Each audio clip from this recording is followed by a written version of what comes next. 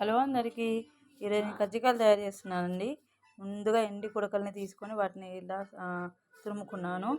దాని తర్వాత పల్లీలని వేయించుకొని పొట్టు తీసుకొని ఇలా గ్రైండ్ చేసుకున్నాను. అంటే కొంచెం సాఫ్ట్గా కాకుండా కచ్చపచ్చగా గ్రైండ్ చేసుకోవాలి. మనకు కావాల్సినంత తీపి షుగర్ యాడ్ చేసుకోవాలి. మనకి ఎంత స్వీట్ తినాలనుకుంటున్నామో ఎక్కువైనా తక్కువైనా సరే చూసి మనం వేసుకోవాలి.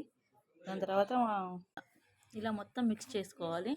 మనకు స్వీట్ సరిపడా వేసుకొని షుగర్ని మొత్తం మిక్స్ చేసుకున్న తర్వాత ఇది గోధుమ పిండి మైదా పిండి అండి. కొంచెం ఆయిల్ సాల్ట్ వేసుకొని కలిపి ఇలా పక్కన పెట్టుకోవాలి ఒక 10 నిమిషాలు.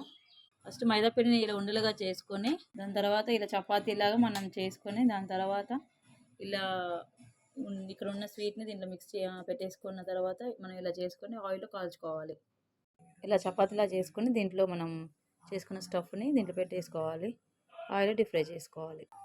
ఇలా ఎర్రగా కాల్చుకోవాలండి.